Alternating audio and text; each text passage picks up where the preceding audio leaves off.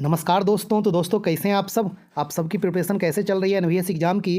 दोस्तों बेहतरीन तरीक़ा से प्रिपरेशन करते रहें। आप जिस भी पोस्ट के लिए अप्लाई किए हैं उसके सिलेबस के अकॉर्डिंग आप अच्छे से मेहनत करें। यदि आपको इसमें एक सीट पक्का करना है तो जैसा कि आपको बताए हैं कि इसका एग्ज़ाम अक्टूबर में होने का चांस बहुत ज़्यादा है और जो डेट आपको बताए हैं उसी बीच इसका एग्ज़ाम हो जाएगा। ओके, इसका चांस 99% है। यदि सब कुछ ठीक ठाक रहा तो इसी बीच आपका एग्ज़ाम हो जाएगा और इसका ऑफिशियल नोटिस भी एग्ज़ाम से 10 दिन पहले तक आ जाएगा। ओके, यदि जो दोस्त लोग ऑफिशियल नोटिस के बाद एक्टिव होंगे तो आपका एक अलग बात है, आप एडमिट कार्ड आने दीजिए, उसके बाद आप एक्टिव होइएगा, कोई बात नहीं है ना। यदि आपको जॉब लेनी है तो आपको मेहनत करनी पड़ेगी, आपको एक्टिव रहना पड़ेगा। ओके, आपको अच्छा से मेहनत करना पड़ेगा, इसलिए आप सिलेबस के सभी टॉपिक को अच्छे से एकदम रगड़ जाएँ, अच्छे से आप पढ़ लें तो आपके लिए अच्छा होगा। हमसे जितना ज़्यादा हो सकेगा आपको कंटेंट देंगे। जीके में, करंट अफेयर्स में, हिंदी में, कंप्यूटर में आपको कंटेंट मिलेगा, लेकिन आप लोग खुद से भी बुक से या फिर कहीं भी किसी भी टीचर से आप पढ़ रहे हैं, पढ़ते रहें, अच्छे से पढ़ें। बस आपका ये एम होना चाहिए, आपका टारगेट होना चाहिए एक सीट पक्का करने का, अच्छा स्कोर लाने का। ओके दोस्तों, आज आपको इस वीडियो में मॉडर्न हिस्ट्री से अच्छा क्वेश्चन करवाएंगे। जैसा कि आपको बताए हुए हैं कि टॉपिक वाइज और मिक्स टेस्ट सीरीज दोनों आपको करवाएंगे। तो अभी आपको टॉपिक वाइज क्वेश्चन दे रहे हैं। आपको कल भी मॉडर्न हिस्ट्री से करवाए थे और आज भी आपको मॉडर्न हिस्ट्री से ही करवा रहे हैं। तो चलिए हम लोग इस वीडियो का ऑल टू ऑल क्वेश्चन देख लेते हैं। यदि आप लोग पहले वाला ऑल टू ऑल वीडियो नहीं देखें तो जरूर देख लें, आपको एनवीएस जीके 2024 करके लिस्ट मिल जाएगा। ओके, तो दोस्तों चलिए हम लोग ये जीके का 14वां वीडियो देख लेते हैं। यदि आप लोग मेरे चैनल पे नए हैं तो चैनल को जरूर सब्सक्राइब करें और आप अपने दोस्तों में ज़्यादा से ज़्यादा शेयर करें। तो दोस्तों चलिए देखते हैं पहला क्वेश्चन क्या कह रहा है। दोस्तों जैसा कि आप लोग देख रहे हैं पहला क्वेश्चन क्या है, भारतीय राष्ट्रीय कांग्रेस जिसकी स्थापना 28 दिसंबर 1885 को हुई, इसको पहले किस नाम से जाना जाता था। आपका ऑप्शन है कांग्रेस संघ, युवा यूनियन कांग्रेस, भारतीय राष्ट्रीय संघ, अंतिम ऑप्शन है सेवक संघ। तो दोस्तों जल्दी से आप लोग अपना आंसर कंफर्म करें कि कांग्रेस को पहले किस नाम से जाना जाता था। दोस्तों इसका जो सही आंसर होगा ऑप्शन सी, भारतीय राष्ट्रीय संघ के नाम से इसे जाना जाता था। आप लोग अच्छा से ध्यान में रखिएगा। और आपसे कहीं ये पूछे कि कांग्रेस का नाम किनके सुझावों पे रखा गया, तो दादा भाई नौरोजी के सुझाव पे इसका नाम कांग्रेस किया गया। आप लोग अच्छे से ध्यान में रखिएगा। समझ में आ गया दोस्तों। और इसका स्थापना कब हुआ था दोस्तों? 28 दिसंबर 1885 को। इसे INC भी लिखता है, इंडियन नेशनल कांग्रेस, जो अभी है, जिसके अध्यक्ष मल्लिकार्जुन खड़गे हैं। समझ में आ गया दोस्तों। चलिए देखते हैं क्वेश्चन नंबर 2 क्या कह रहा है। क्वेश्चन नंबर 2 क्या कह रहा है दोस्तों, भारतीय राष्ट्रीय कांग्रेस का पहला अधिवेशन डैश में गोकुल दास तेजपाल संस्कृत महाविद्यालय में हुई थी। कहाँ हुई थी दोस्तों? आपका ऑप्शन है पुणे, बॉम्बे, कलकत्ता, लाहौर। तो दोस्तों जल्दी से आप लोग अपना आंसर कंफर्म करें कि भारतीय राष्ट्रीय कांग्रेस का पहला अधिवेशन कहाँ आयोजित की गई थी, जिसकी स्थापना कब हुई थी दोस्तों? 28 दिसंबर 1885 को, है ना। तो जल्दी से आप लोग अपना आंसर कंफर्म करें। दोस्तों इसका जो सही आंसर होगा ऑप्शन बी, बॉम्बे में इसका पहला अधिवेशन हुआ था। कहाँ पे? गोकुल दास तेजपाल संस्कृत महाविद्यालय में। तो आप लोग अच्छे से ध्यान में रखिएगा। इस महाविद्यालय का भी नाम कभी कभी पूछ देता है, तो आप लोग अच्छे से ध्यान में रखेंगे। चलिए दोस्तों देखते हैं अगला क्वेश्चन क्या कह रहा है। तीसरा क्वेश्चन क्या कह रहा है दोस्तों, कांग्रेस के प्रथम अधिवेशन में कुल कितने सदस्य शामिल हुए थे। आपका ऑप्शन है 76, 72, 78, अंतिम ऑप्शन है 86। तो दोस्तों जल्दी से आप लोग अपना आंसर कंफर्म करें। दोस्तों इसका जो सही आंसर होगा ऑप्शन बी, 72 सदस्यों ने भाग लिया था। तो आप लोग अच्छे से ध्यान में रखेंगे, एग्जाम में ये सब पूछा जाता है। ओके चलिए दोस्तों देखते हैं क्वेश्चन नंबर 4 क्या कह रहा है। क्वेश्चन नंबर 4 क्या कह रहा है दोस्तों, किस अवधि को कांग्रेस में नरमपंथी अर्थात उदारवादी नेताओं का काल माना जाता है। आपका ऑप्शन है 1885 से 1895, 1900 से 1910, 1885 से 1905, 1885 से 1915। तो दोस्तों जल्दी से आप लोग अपना आंसर कंफर्म करें, इनमें से कौन सा अवधि को नरमपंथी काल माना जाता है, मतलब उनके जो नेता लोग थे वो ज़्यादा उदारवादी थे। इनमें से किस काल को माना जाता है? जल्दी से आप लोग अपना आंसर कंफर्म करें। दोस्तों इसका जो सही आंसर होगा ऑप्शन सी, 1885 से 1905 का जो अवधि है इसे उदारवादी नेताओं का काल माना जाता है। ओके, इसके बाद इसमें 2 गुट बन गया, एक उदारवादी और एक उग्रवादी, मतलब एक नरमपंथी और एक गर्मपंथी दल बन गया। इसमें उदारवादी नेताओं का ये मानना था कि अंग्रेज़ों से थोड़ा आराम से, थोड़ा प्यार से बात किया जाए, है ना, मतलब ज़्यादा उग्र होकर उनसे बात ना किया जाए, आराम आराम से बात किया जाए, जिससे अंग्रेज़ मेरी बात मानेंगे। लेकिन गर्मपंथी नेताओं का एक अलग राय था गर्मपंथी में मुख्य नेता कौन थे? बाल गंगाधर तिलक, लाला लाजपत राय, बिपिन चंद्र पाल, ये सब थे। इनका मानना था कि अंग्रेज उदार रहने से नहीं मानने वाला है, अंग्रेजों से आराम से बात नहीं करना चाहिए, ये उनका मानना था। तो इसलिए 1905 के बाद क्या हुआ आगे आपको बताएंगे। 1907 का जब अधिवेशन हुआ तो उसमें कांग्रेस का दो फार हो गया, मतलब दो गुट में बंट गया, एक नरमपंथी और एक गर्मपंथी में बट गया। ओके, और आगे भी आपको अच्छे से बताते रहेंगे जो भी इंपॉर्टेंट फैक्ट होगा। चलिए दोस्तों देखते हैं क्वेश्चन नंबर 5 क्या कह रहा है। क्वेश्चन नंबर 5 क्या कह रहा है दोस्तों, इनमें से किसे कांग्रेस में उदारवादी नेता नहीं माना जाता है? आपका ऑप्शन है गोविंद रानाडे, सुरेंद्रनाथ बनर्जी, बिपिन चंद्र पाल, अंतिम ऑप्शन है फिरोज शाह मेहता। तो दोस्तों जल्दी से आप लोग अपना आंसर कन्फर्म करें कि इनमें से किसे उदारवादी नेता नहीं माना जाता है। दोस्तों इसका जो सही आंसर होगा ऑप्शन सी, बिपिन चंद्र पाल को उदारवादी नेता नहीं माना जाता है। इनके अलावा जो भी हैं गोविंद रानाडे, सुरेंद्रनाथ बनर्जी, फिरोज शाह मेहता, इनको उदारवादी नेता कहा जाता है। ओके, तो आप लोग अच्छे से ध्यान में रखेंगे। चलिए दोस्तों देखते हैं क्वेश्चन नंबर 6 क्या कह रहा है। छठा नंबर क्वेश्चन क्या कह रहा है दोस्तों, इनमें से किसने कहा था कांग्रेस अपनी मौत की घड़ियां गिन रहा है, भारत में रहते हुए मेरी एक सबसे बड़ी इच्छा है कि मैं उसे शांतिपूर्वक मरने में मदद करूं? आपका ऑप्शन है अली जिन्ना, महात्मा गांधी, आर डायर, अंतिम ऑप्शन है लॉर्ड कर्जन। तो दोस्तों जल्दी से आप लोग अपना आंसर कंफर्म करें कि ये लाइन किसने कही थी। दोस्तों इसका जो सही आंसर होगा ऑप्शन डी, लॉर्ड कर्जन ने कहा था कांग्रेस अपनी मौत की घड़ियां गिन रहा है, भारत में रहते हुए मेरी एक सबसे बड़ी इच्छा है कि मैं उसे शांतिपूर्वक मरने में मदद करूं। तो आप लोग अच्छे से ध्यान में रखिएगा, एग्जाम में ये पूछा जाता है। ओके, चलिए दोस्तों देखते हैं क्वेश्चन नंबर 7 क्या कह रहा है। क्वेश्चन नंबर 7 क्या कह रहा है दोस्तों, राष्ट्रीय चेतना को समाप्त करने के लिए लॉर्ड कर्जन ने कब बंगाल विभाजन की घोषणा किया? आपका ऑप्शन है 20 जुलाई 1905, 18 जुलाई 1905, 16 अक्टूबर 1905, 18 अक्टूबर 1905। तो दोस्तों जल्दी से आप लोग अपना आंसर कंफर्म करें कि लॉर्ड कर्जन ने कब बंगाल विभाजन की घोषणा किया था। आप लोग जल्दी से अपना आंसर कंफर्म करें।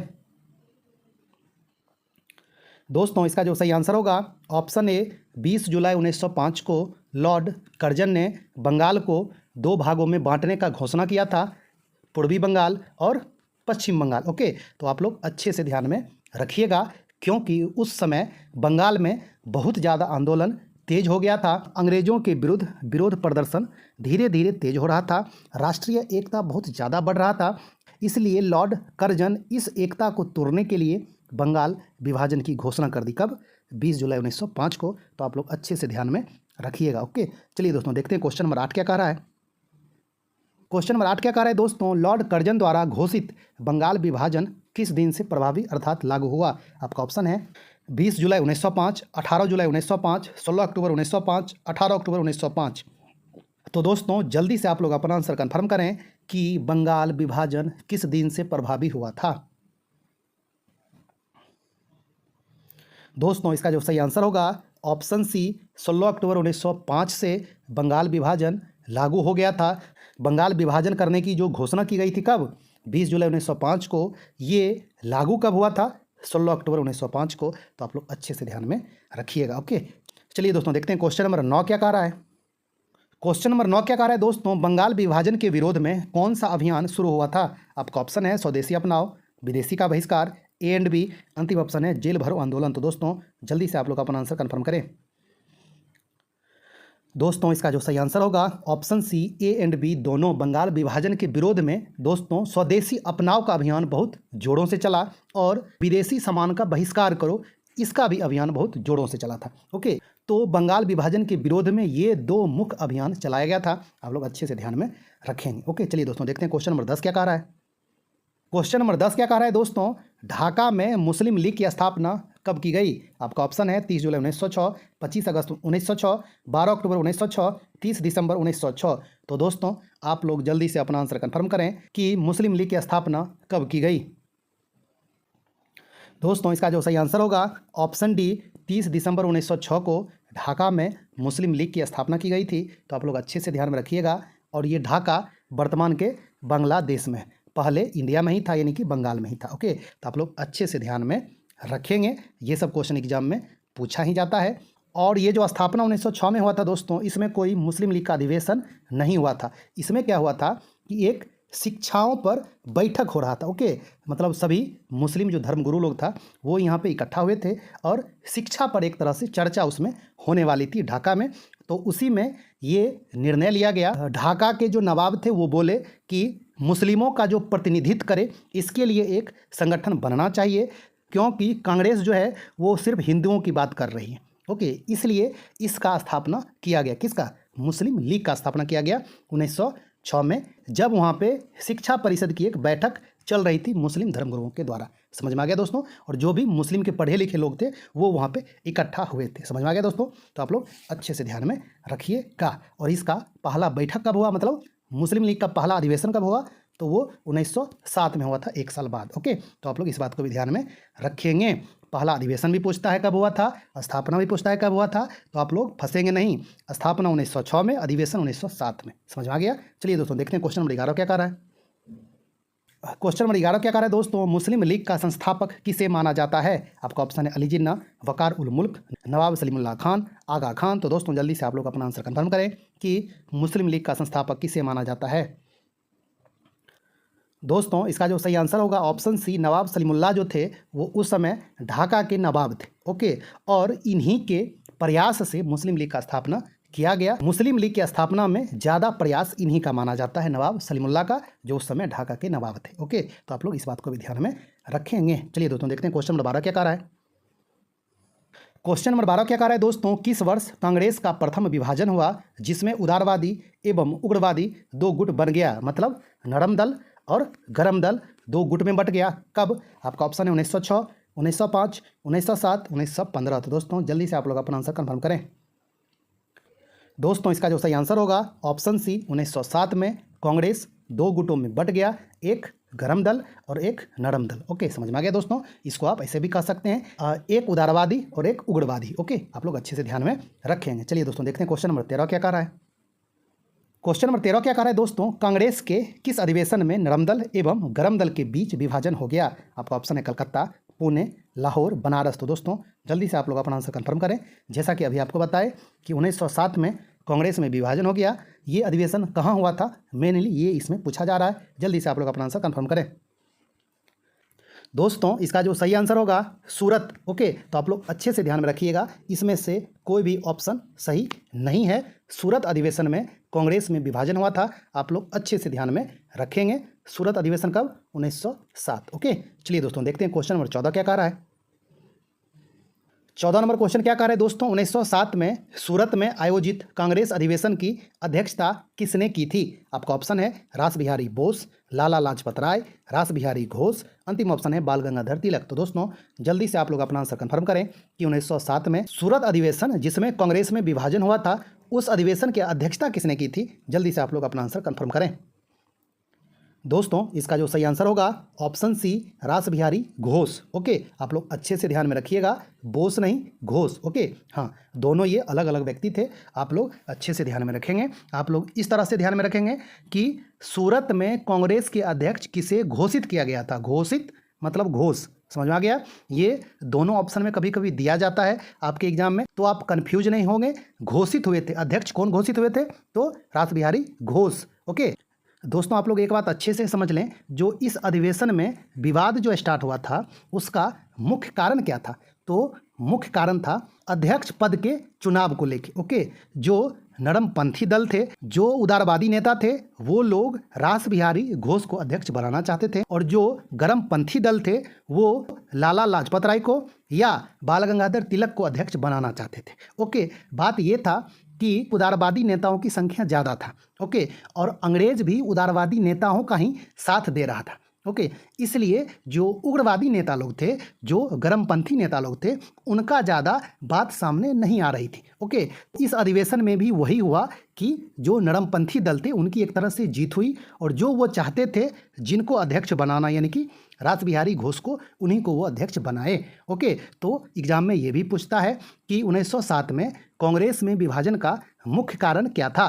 तो अध्यक्ष पद के चुनाव। समझ में आ गया दोस्तों? तो आप लोग अच्छे से ध्यान में रखेंगे। चलिए दोस्तों देखते हैं क्वेश्चन नंबर 15 क्या कह रहा है।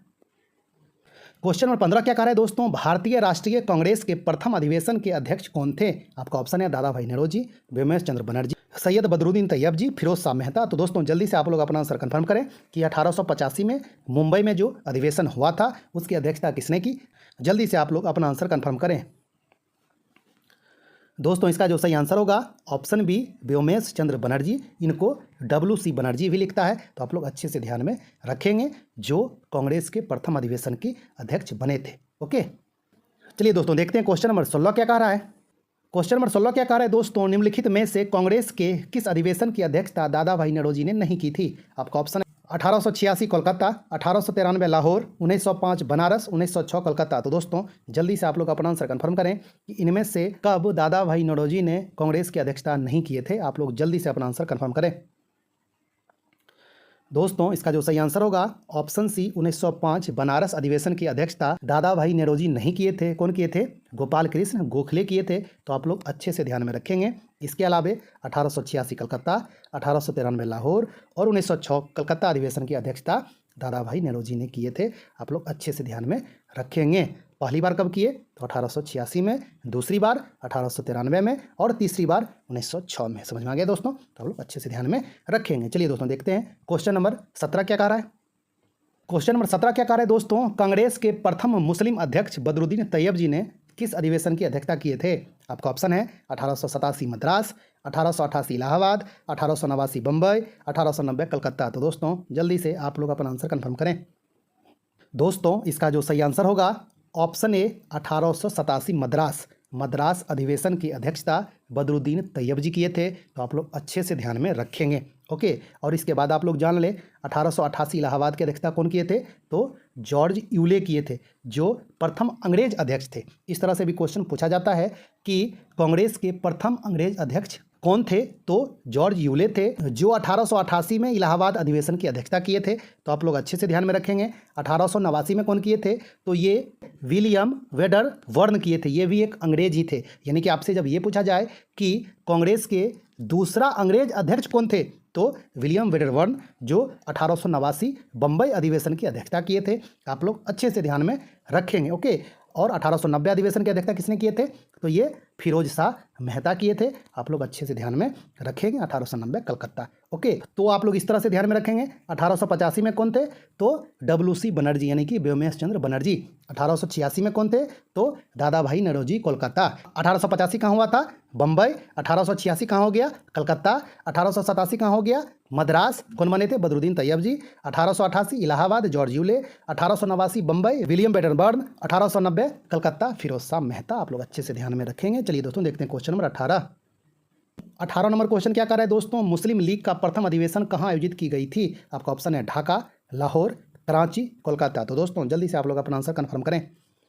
दोस्तों जैसा कि आपको स्टार्टिंग में ही बताए थे कि मुस्लिम लीग का प्रथम अधिवेशन 1907 में हुआ था। कहाँ हुआ था? तो ये कराची में हुआ था। आप लोग अच्छे से ध्यान में रखेंगे। स्थापना कब हुआ? तो 1906 में हुआ। कहाँ पे? ढाका में। आप लोग इस बात को भी ध्यान में रखेंगे। चलिए दोस्तों देखते हैं क्वेश्चन नंबर 19 क्या कह रहा है। क्वेश्चन नंबर 19 क्या कह रहा है दोस्तों, ब्रिटेन के सम्राट जॉर्ज पंचम के स्वागत में दिल्ली दरबार का आयोजन कब किया गया था। आपका ऑप्शन है 1908, 1910, 1911, 1912। तो दोस्तों जल्दी से आप लोग अपना आंसर कंफर्म करें कि जॉर्ज पंचम के स्वागत में दिल्ली दरबार का आयोजन कब किया गया था। दोस्तों इसका जो सही आंसर होगा ऑप्शन सी, 1911। आप लोग अच्छे से ध्यान में रखेंगे। दिसंबर 1911 में। ओके, आप लोग अच्छे से ध्यान में रखेंगे। चलिए आगे हम लोग देखते हैं क्वेश्चन नंबर 20 क्या कह रहा है। क्वेश्चन नंबर 20 क्या कर रहा है दोस्तों, बंगाल विभाजन को किस वर्ष रद्द किया गया। आपका ऑप्शन है 1910, 1911, 1912, 1909। तो दोस्तों जल्दी से आप लोग अपना आंसर कंफर्म करें कि बंगाल विभाजन जो 1905 में घोषित की गई थी और लागू भी हुई थी, उसे रद्द कब किया गया।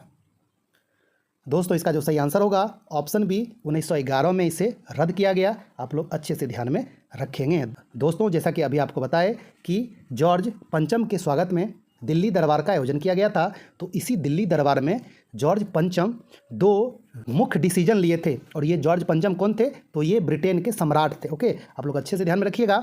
2 मुख्य डिसीजन जो इसमें लिया गया, पहला ये कि बंगाल विभाजन जो किया गया था उसे रद्द कर दिया गया है ना, मतलब बंगाल को जो 2 भागों में बांटा गया वो अब फिर से एक हो गया। समझ में आ गया दोस्तों। एक दूसरा डिसीजन ये लिया गया कि अब भारत की राजधानी कलकत्ता नहीं रहेगी। अभी तक भारत की राजधानी कलकत्ता थी, इसे ट्रांसफ़र करके अब कहाँ कर दिया गया, दिल्ली कर दिया जाएगा। इसकी भी घोषणा 1911 में दिल्ली दरबार में जॉर्ज पंचम के द्वारा किया गया। ये 2 मुख्य निर्णय लिया गया, आप लोग अच्छे से ध्यान में रखिएगा। समझ में आ गया दोस्तों। चलिए देखते हैं अगला क्वेश्चन क्या कह रहा है।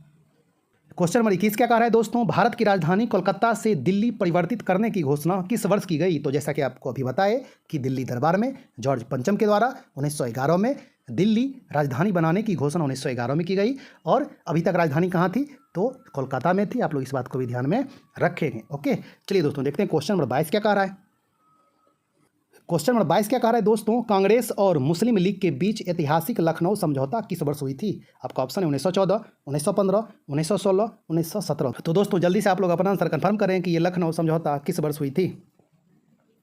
दोस्तों इसका जो सही आंसर होगा ऑप्शन सी, 1916 में लखनऊ अधिवेशन हुआ था। इसी में कांग्रेस और मुस्लिम लीग के बीच ऐतिहासिक समझौता हुआ था। ओके, और इसमें कांग्रेस ने मुस्लिम लीग की पृथक निर्वाचन की मांग को मान लिया था। ओके, जो कि आगे चलकर बहुत बड़ी भूल साबित हुई। ओके, तो आपसे कहीं ये पूछा जाए कि लखनऊ समझौता में कांग्रेस के द्वारा मुस्लिम लीग की कौन सी बात मान ली गई थी, तो पृथक निर्वाचन व्यवस्था की मांग को मान ली गई थी। आप लोग अच्छे से ध्यान में रखेंगे। और इस लखनऊ अधिवेशन में एक बात और हुआ था, जो आपको बताए थे कि 1907 में सूरत अधिवेशन में नरम दल और गरम दल अलग अलग हो गया, वो फिर इस लखनऊ अधिवेशन में एक हो गया था। ओके, तो ये लखनऊ अधिवेशन में 2 काम हुआ था, कांग्रेस और मुस्लिम लीग के बीच समझौता, और कांग्रेस का गरम दल और नरम दल फिर से एक हो गया, ये भी इसी अधिवेशन में हुआ था। तो आप लोग अच्छे से ध्यान में रखेंगे। और ये अधिवेशन कब हुआ था, 1916 में। ओके, आइए दोस्तों देखते हैं क्वेश्चन नंबर 23 क्या कह रहा है।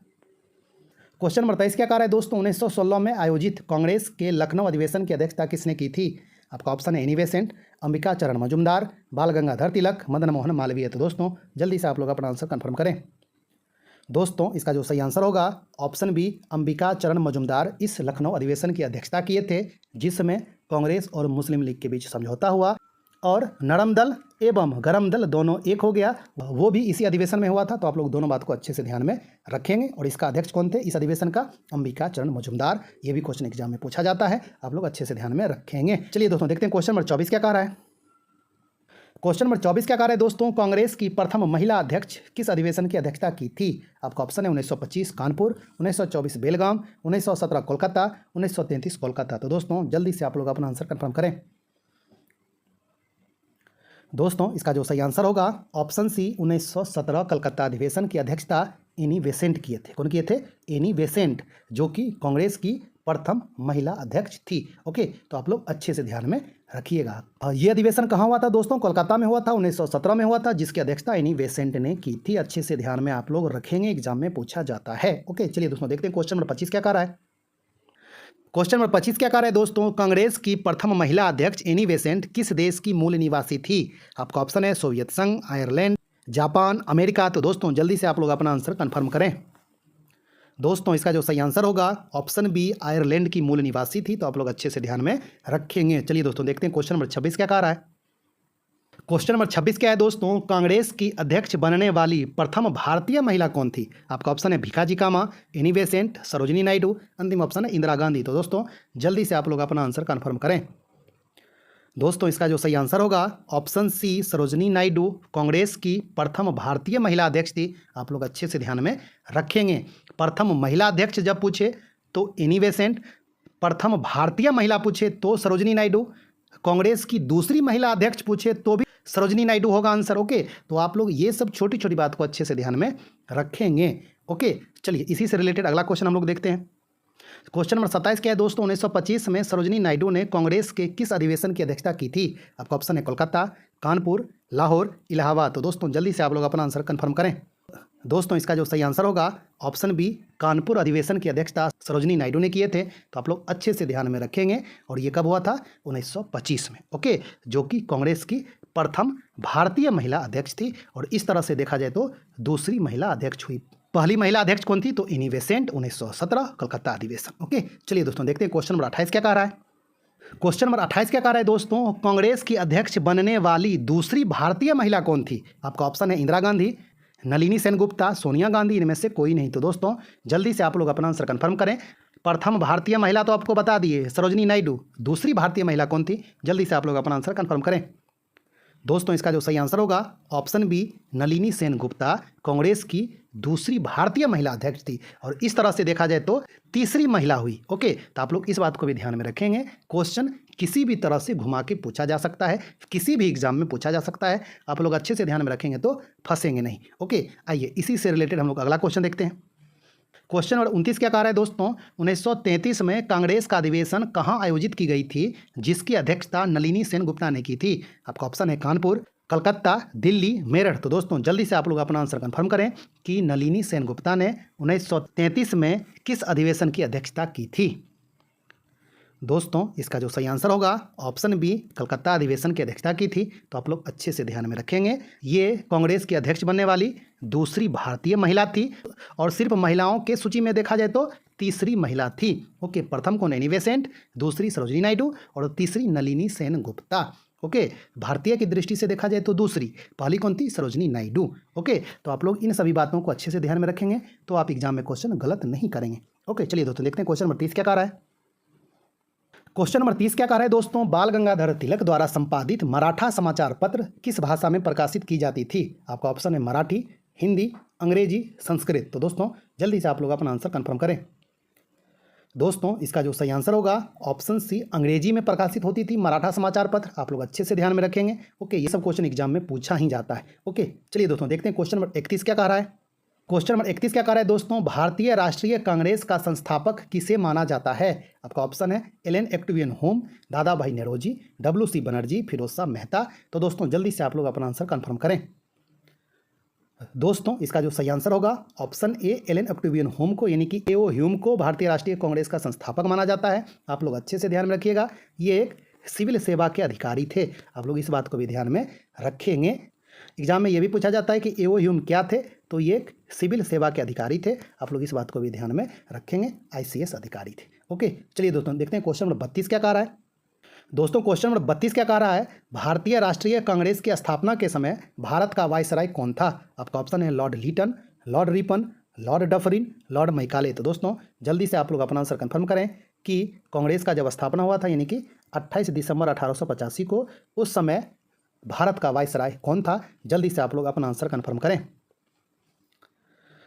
दोस्तों इसका जो सही आंसर होगा ऑप्शन सी, उस समय लॉर्ड डफरिन भारत का वायसराय था, जो 1884 से 1888 तक भारत का वायसराय रहा था। ओके, इससे पहले लॉर्ड रिपन था जो कि 80 से 84 तक रहा था, यानी कि 1880 से। ओके, और इससे पहले लॉर्ड लीटन था जो कि 1876 से 1880 तक रहा था। ओके, तो आप लोग इस बात को अच्छे से ध्यान में रखेंगे, ये कंटिन्यू रहा था, लॉर्ड लीटन, इसके बाद लॉर्ड रिपन, इसके बाद लॉर्ड डफरिन। ओके, हाँ, तो आप लोग अवधि भी याद रखेंगे तो अच्छा रहेगा। एग्जाम में कभी कभी पूछा जाता है कि सही मिलान करें कि किस अवधि में कौन रहा था। ओके, तो आप लोग अच्छे से ध्यान में रखेंगे। और ये जो आप लोग देख रहे हैं लॉर्ड मैकाले भारत का वायसराय नहीं था। ओके, समझ में आ गया, ये एक शिक्षाविद थे और अंग्रेजों के द्वारा बहुत सारे अलग अलग पदों पे आसीन थे, लेकिन भारत के वायसराय नहीं थे। ओके, तो आप लोग अच्छे से ध्यान में रखेंगे। तो दोस्तों इस वीडियो में टोटल ये 32 क्वेश्चन था। आप लोग कमेंट्स करके बताएं कि आपको पहले से कितना पता था और ये ऑल टू ऑल क्वेश्चन आपको कैसा लगा।